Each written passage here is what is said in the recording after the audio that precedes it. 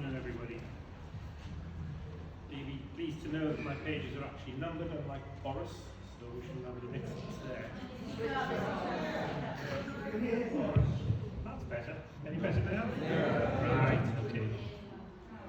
My Lord Lieutenant, Lord Mayor, Rabbi Aaron, Robertson Miriam, Rabbi Lewis, dignitaries, guests, ladies and gentlemen. I stand here with mixed emotions. I have spent my entire life in Newcastle, growing up in the 50s and the 60s, despite the fact that I'm only 35, mainly in Jesmond Synagogue and occasionally going to Leazes or Gosforth, Gosforth in Kenton on Yom Tov. In those days, we had a large community, of several thousand people. But over the years, the size of the community has slowly diminished. So around 40 years ago, the then elders took the momentous decision, a sensible decision, it was no longer viable for 3 synagogues to coexist concurrently, and we merged into one, the building that you are in now.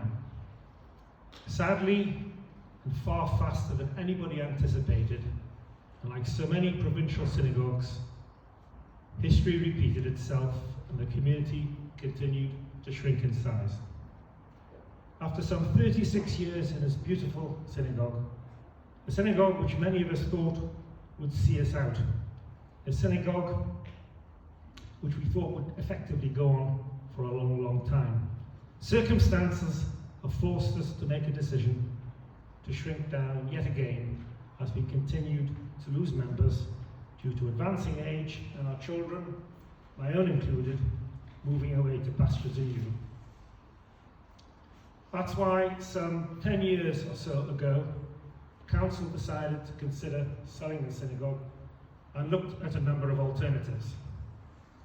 A huge amount of time was spent by the then long-term planning committee, on which I was a member, which looked at the available options. We examined the possibilities of trying to sell the whole site as a single unit, but that would have meant trying to find somewhere else another site, and in Gosforth, frankly, there are virtually no suitable sites within easy walking distance. So the decision was taken about 5 or 6 years ago to sell the synagogue building only and withdraw into the Lionel Jacobson house next door. With hindsight, that was an eminently sensible decision. We are about to leave this beautiful building, close it down, and see it demolished. But as Rabbi Mervis said in 2016, and other rabbinical leaders have said previously, whilst on communal visits here, minyan, not binyan. A community consists of people, not buildings. On the one hand, it's very sad that the synagogue has to close, but the counter is that we are truly excited to see our small and extremely lively community enter a new phase in its existence. A huge amount of work and effort has gone into a fundamental redesign of the house next door, and I, for one, am looking forward with enormous anticipation to it opening its doors to a new, brightly lit, warm and welcoming future. We will have an expanded set of community rooms, facilities, and a beautiful, I hope, new synagogue. Of course, all the work that has been done into the creation of this new synagogue and facilities didn't happen by itself. I must offer a sincere thank you to the previous executives and council members, in particular, the immediate past President Anthony Josephs, somewhere over there, and his Vice President Gerald Stern, who between them expended a huge amount of time, effort, and not a little stress, I guess, in getting this large project literally off the ground. We are deeply indebted to them for their hard work, which subsequently made my life so much easier when I took over as president. I should also thank our architect Andrew Shepherd, who took on the technical side of designing and refurbishing an extremely old and rather run-down building. In particular, I would like to thank the council, Adrian Ross, our Vice President, Raymond Goldsmith, our Treasurer, and the late and very, very much missed Martin Levinson, who joined the steering committee at a fairly late stage and was taken from us far too soon. This small group worked with me, tirelessly watching over me and making sure I didn't make too many mistakes.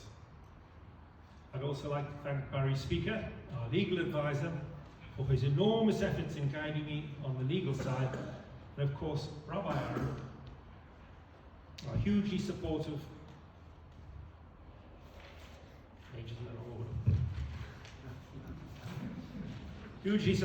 and much loved Rabbi, who has been a pillar of strength to us all throughout.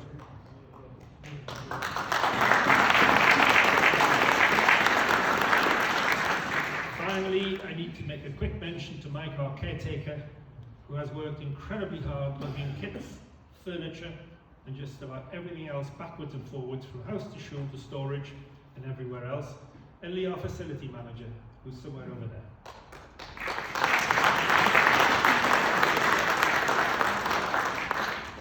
A big welcome to our visitors, expats, people from out of town who know us, our friends, and to the members of the civic community who have come here today. You're very welcome.